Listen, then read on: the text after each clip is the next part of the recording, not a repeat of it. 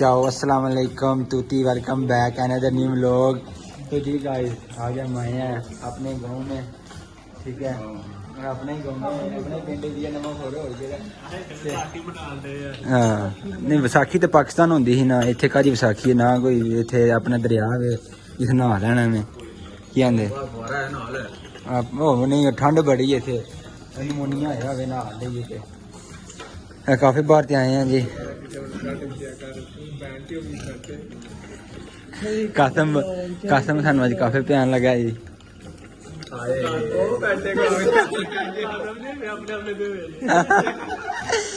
जेड़े बंदे ने आर्डर किया सानू ते टेलीजन होंदी नहीं क्यों भाई दे सही तो भाई जान नहीं आख्या वे आर्डर सानू तो पता भी नहीं काफे दा नाम की है। कासम ने आर्डर किया है, कासम जाने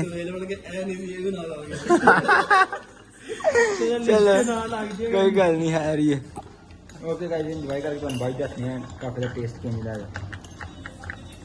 पेटा